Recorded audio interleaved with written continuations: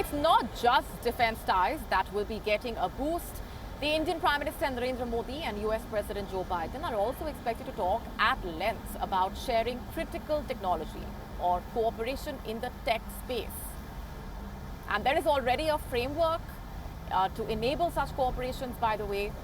It is called the US-India Initiative on Critical and Emerging Technologies, or iCET.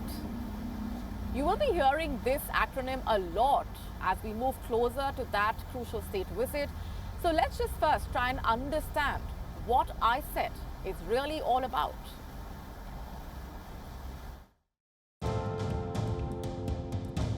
Last week, India's National Security Advisor Ajit Doval met with his US counterpart Jake Sullivan.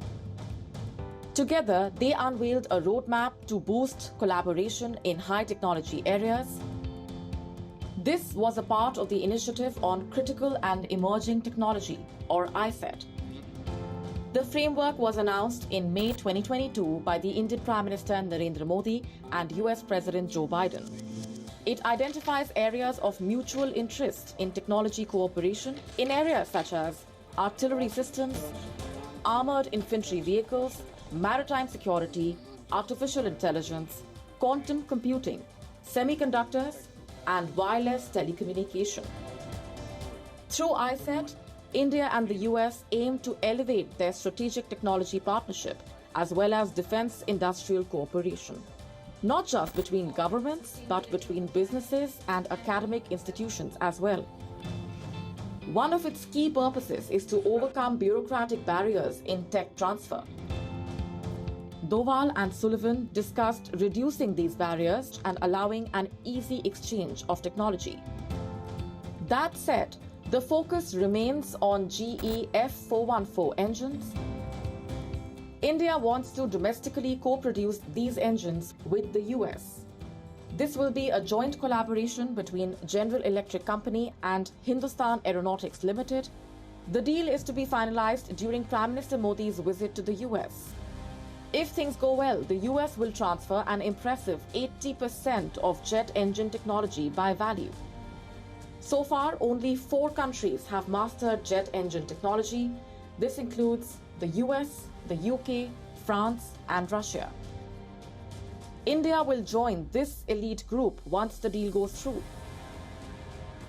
You see, the US distinguishes between technology transfer to allies and non-allies. India is not an ally to the US, but a strategic partner. So India receiving the jet engine technology will be a huge boost to bilateral ties between the two countries. That is what iCET aims to do. It seeks to position New Delhi and Washington as trusted technology partners. This includes strengthening cooperation on human spaceflight, developing 5G and 6G networks, and adopting open RAN network technology in India. This is part of India's mission to lead the Global South into its 6G era. In the past year, there have been multiple high-profile visits and talks between Indian and US officials. The two countries have already put in place the Quantum Coordination Mechanism. Under this, they signed a Memorandum of Understanding, or MOU, to establish a semiconductor supply chain. They have also launched a public-private dialogue on telecommunication and held important exchanges on AI and space.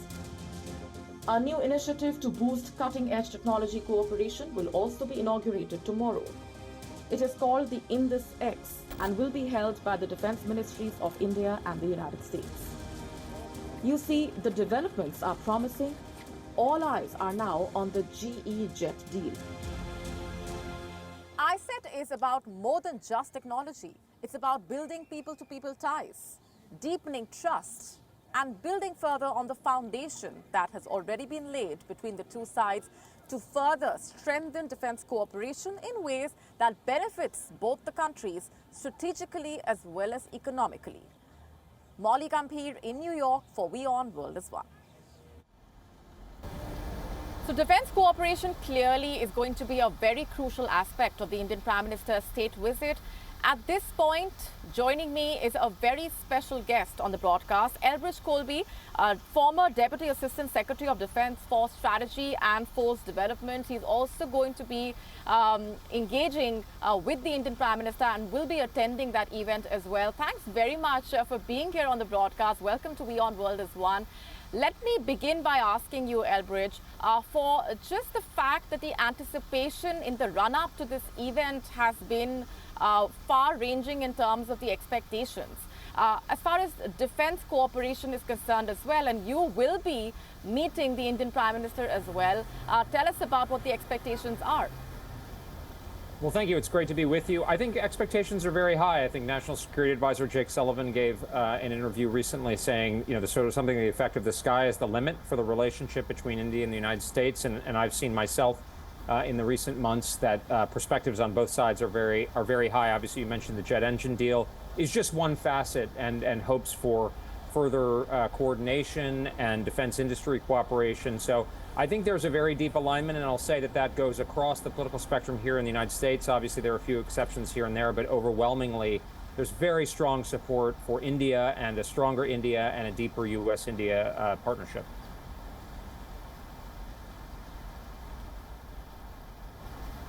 Right. Elbridge, tell us more about the event that you will be attending, that the Indian Prime Minister will be there for.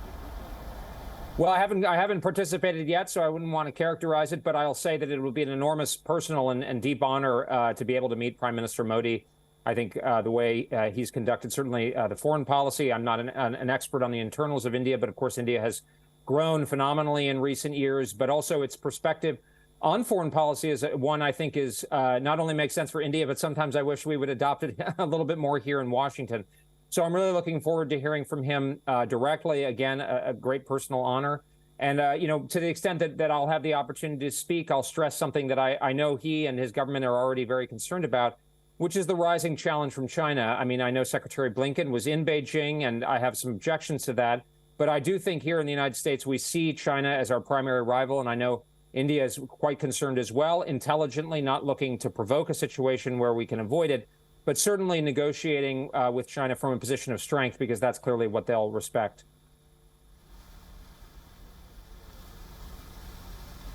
Indeed, Elbridge, defense cooperation, like you just mentioned, is a very important aspect of this visit. As far as sharing of technology is concerned, and the iCET, also the GE deal, and the very fact that this visit will take defense cooperation between the two sides to a whole new level, how significant is it for the two sides to be sharing technology and just lifting barriers overall? I think it's enormously significant, and I sometimes am critical of the government for not moving faster on our side, but we do have to give credit here for things like the jet engine production, co-production potential, and sharing of technology. Obviously, there's, the United States and India are two governments and countries with their own interests and intellectual property and so forth. And of course, India wants to bring a lot more of its defense industrial production home, which, makes sense over the long term. So, there's some tough negotiating going on. But I think overall, the trajectory is in exactly the right way. And I'm always urging on our side that we should be trying to err on the side of sharing and pushing more out to India, because obviously, to put it kind of bluntly, we face we want to present China with two very strong, great powers on its different borders, which will make it more likely to respect both of our interests together. So the stronger India is, the wealthier India is, the stronger the Indian military is, the better off we will be and our allies in East Asia like Japan and so forth. So I think this is a very encouraging, it's part of a kind of a secular trend, but it has accelerated in recent years, and that's very important. And Prime Minister Modi's visit is an important milestone in that story.